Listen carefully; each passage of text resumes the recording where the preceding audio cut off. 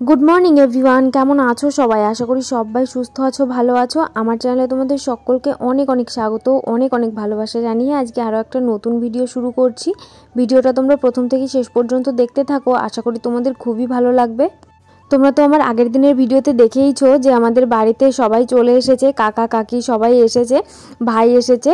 তো বাইরে সবাই রয়েছে আর আমি দেখো সকালবেলায় ঘুম থেকে উঠে আমার ঘরটা ক্লিন করতে লেগে পড়েছি। প্রথমে ঘরটাকে ঝাড় দিয়ে নিয়েছি আর এখন আমি বিছানাটাকে ঠিকঠাক করব।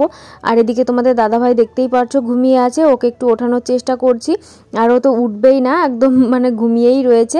তোকে একটু বিরক্ত করছিলাম, বলছিলাম যে ওঠো ওঠো তাড়াতাড়ি করে, আর কতক্ষণ ঘুমিয়ে থাকবে, এখন 8টা মতো বেজে গেছে। এদিকে দেখতেই পারছো তোমরা, তোমাদের দাদাভাই কিন্তু একদমই উঠতে চাইছে না, ওকে আমি কতক্ষণ ধরে ওঠানোর চেষ্টা করছি। আর এখন না 8টা সাড়ে 8টা মতো বেজে গেছে, তো এদিকে আমার গরমও লেগে গেছে, সেই জন্য আর কি সোয়েটারটা খুলে রেখে দিলাম আর কি, ফেলে তো দিনই, রেখে দিয়েছি।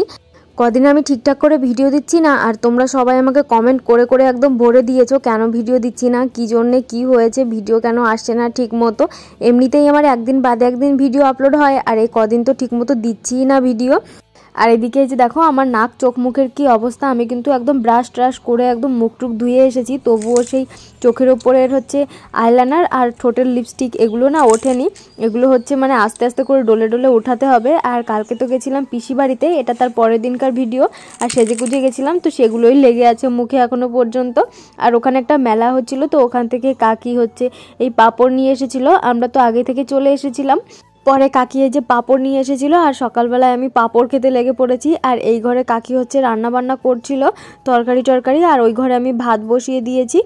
আর কালকে কিন্তু ঠাম্মা আসেনি, ঠাম্মা রয়ে গেছে, ঠাম্মা কদিন থাকবে পিসির কাছে, তারপরে আর কি আসবে। আর এদিকে কিন্তু কাকিরা আবার চলে যাবে কালকে, কাল পরশুই চলে যাবে, ওনরা আবার বাবার বাড়ি যাবে, তো ওখান থেকে আবার আসবে কদিন পরেই, 3-4 দিন পরে আবার চলে আসবে। কাকি এদিকে রান্না করছে, আমি ভিডিও করছি, কাকি আবার একটু লজ্জা পাচ্ছে, এই প্রথমবার তো, সেই জন্য আর কি আস্তে আস্তে থাকতে থাকতে আবার ঠিক হয়ে যাবে।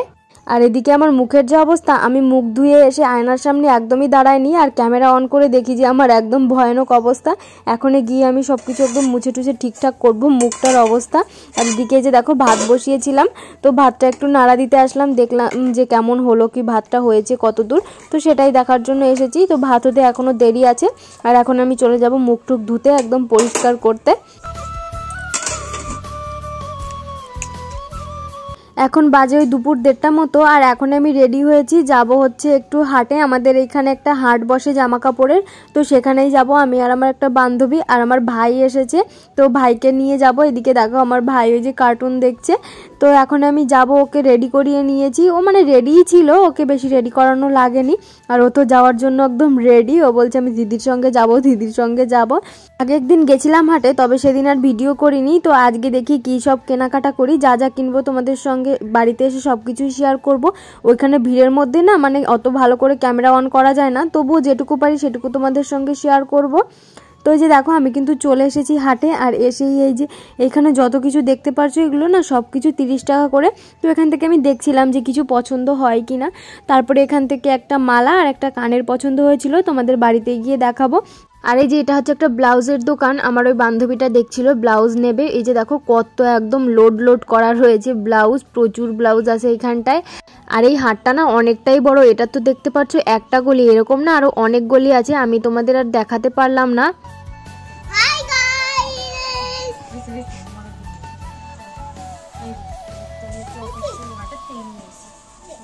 প্রচুর ভিড় আর গরম, এই গরম আর ভিড়ের মধ্যে মোবাইল বের করে আর ভিডিও করার ইচ্ছাই ছিল না, শুধু ভাবছিলাম কেনাকাটা করে তাড়াতাড়ি বাড়িতে যাব। তো এই যে দেখো আমি কিন্তু বাড়িতে চলে এসেছি, আর খাবার নিয়ে এসেছি, খিদে পেয়ে গেছে প্রচণ্ড, সকালে আর কি রান্না করিনি।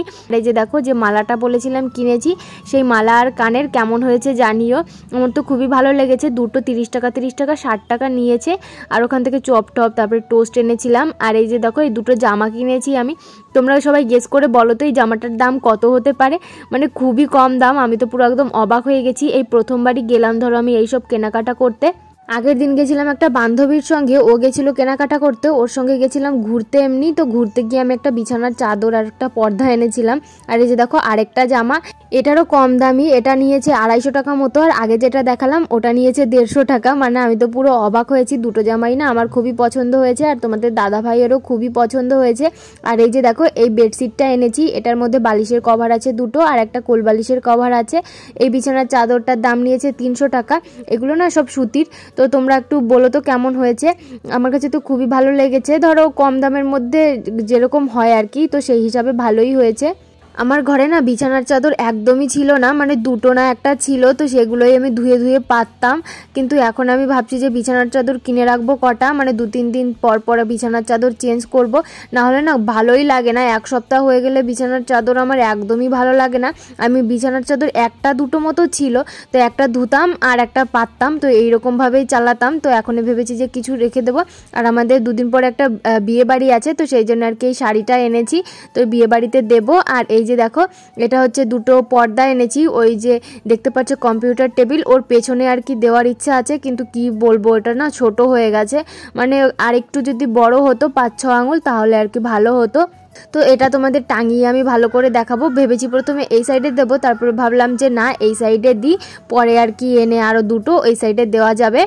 আর এদিকে তোমাদের দাদাভাই সন্ধ্যাবেলা হঠাৎ করে বললো চলো করিমপুর থেকে একটু ঘুরে আসি। তো তাড়াহুড়ো করে এসেছি যেন তেন করে, তো সেই জন্য আর কি বাড়ি থেকে ভিডিও করা হয়নি।